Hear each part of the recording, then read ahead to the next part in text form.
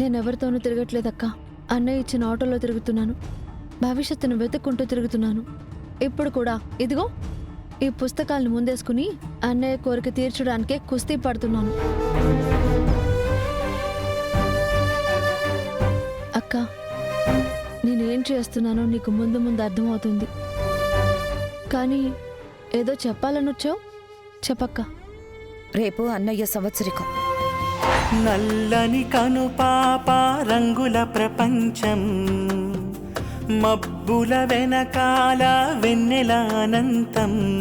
ఇది వెలుతురు వెంట పయనం, వేడి చెమ్మతో కరిగిన నయనం, గుండె నిండిన రక్త సంబంధం. అన్న అమ్మగా మారిన తరుణం, నాన్న పేరుగా పెంచిన ధైర్యం, గంగ కలిసిన ప్రేమ తరంగం.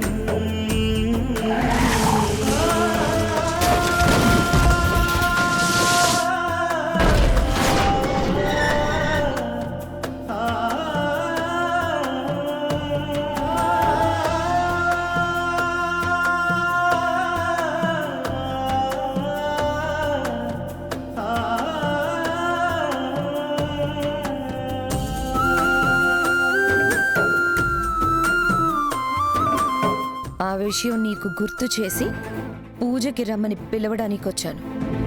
గుర్తు చేయడానికి మర్చిపోయింది ఎప్పుడక్క?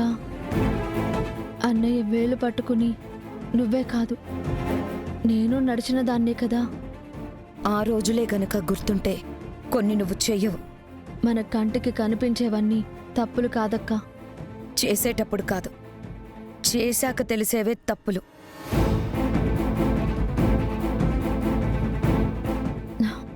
ఏది తప్పో ఏది ఒప్పో అనే విచక్షణ తెలుసుకునేలాగే అన్నయ్య పెంచాడులే అక్క. నువ్వు మారవు, నీ మాటలు మారవు. ఇక్కడే అన్నయ్య సంవత్సరికం చేసుకోవడానికి మావయ్య గారు ఒప్పుకున్నారు కాబట్టి నువ్వు కూడా అన్నయ్య చెల్లివే. ఆయన ఆత్మకు శాంతి కలిగించేలా నువ్వు కూడా ప్రవర్తించాలి.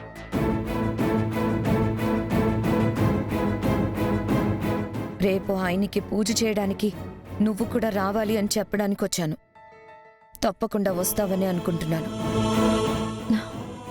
ఆ ఇంట్లోకి రావడానికి నాకే అడ్డుగీత లేదక్క. అన్నయ్య విషయంలో అడ్డుగీతలున్నా, ఎన్ని అడ్డంకులున్నా అవన్నీ దాటుకుని వస్తాను.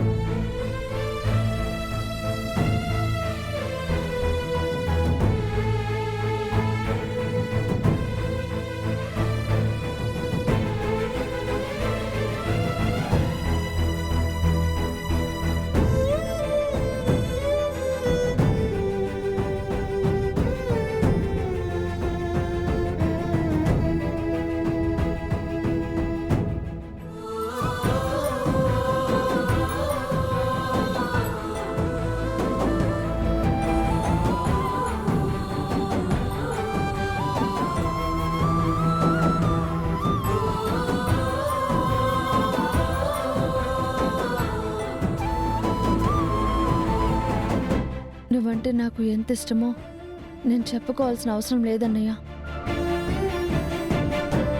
కానీ నీ మీద నాకున్న ప్రేమని కూడా అక్కయ్య అనుమానిస్తుంది.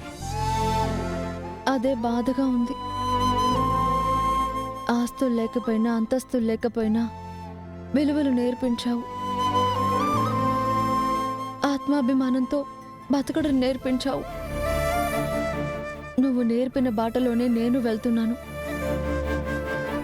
కానీ అక్కయ్య అది కూడా అపార్థం చేసుకుంటుంది. తన వల్ల తప్పు జరగకూడదు, తన కాపురం నాశనం కాకూడదనే నేను ఇంటికి వచ్చాను. కానీ అక్కయ్య ఆ విషయం అర్థం చేసుకోవట్లేదు.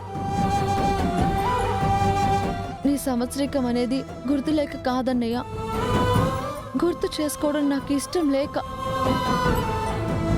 నువ్వు లేవు, నువ్వు దూరమైన రోజు అంటూ మాకొకటి ఉంటుందని తలుచుకోవడం ఇష్టం లేక గుర్తు చేసుకోలేదు. కానీ ఈ కార్యక్రమం చేయాలని అక్క ఆశపడుతుంది. నువ్వున్నావన్న ధైర్యాన్ని, నువ్వు లేవని చెప్పే ఆ కార్యక్రమం ఖచ్చితంగా చంపేస్తుంది.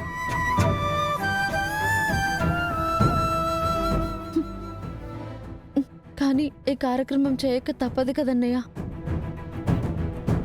చేస్తాను, తప్పకుండా చేస్తాను.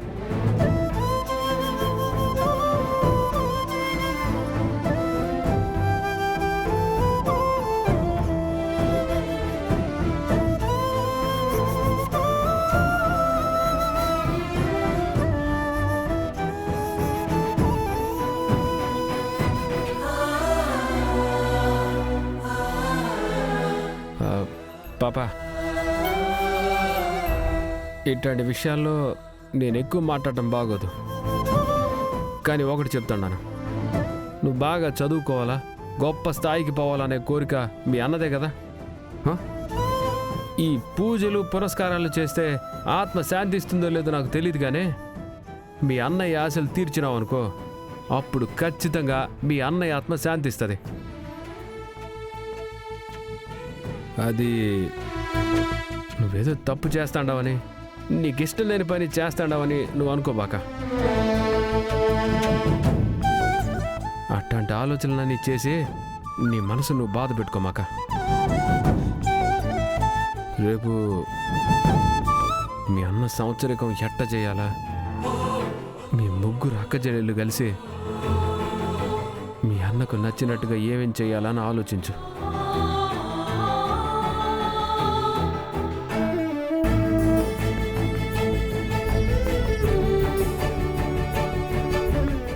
చూపుకి అర్థం నాకు తెలుస్తుండది.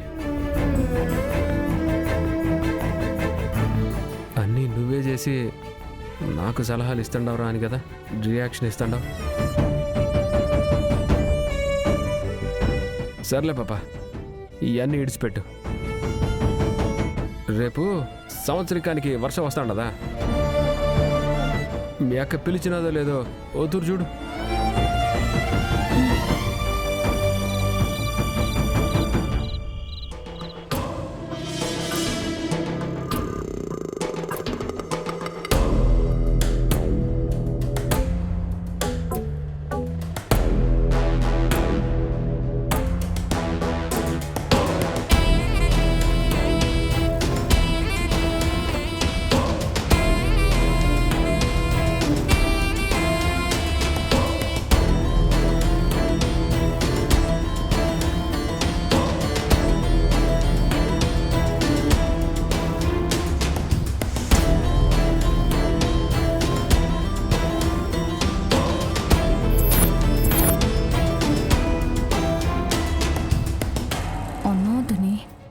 కురాల్ని, ఏ దిక్కు లేని దాన్నని పాపం నీ ఇంటి దాకా తీసుకొచ్చావు.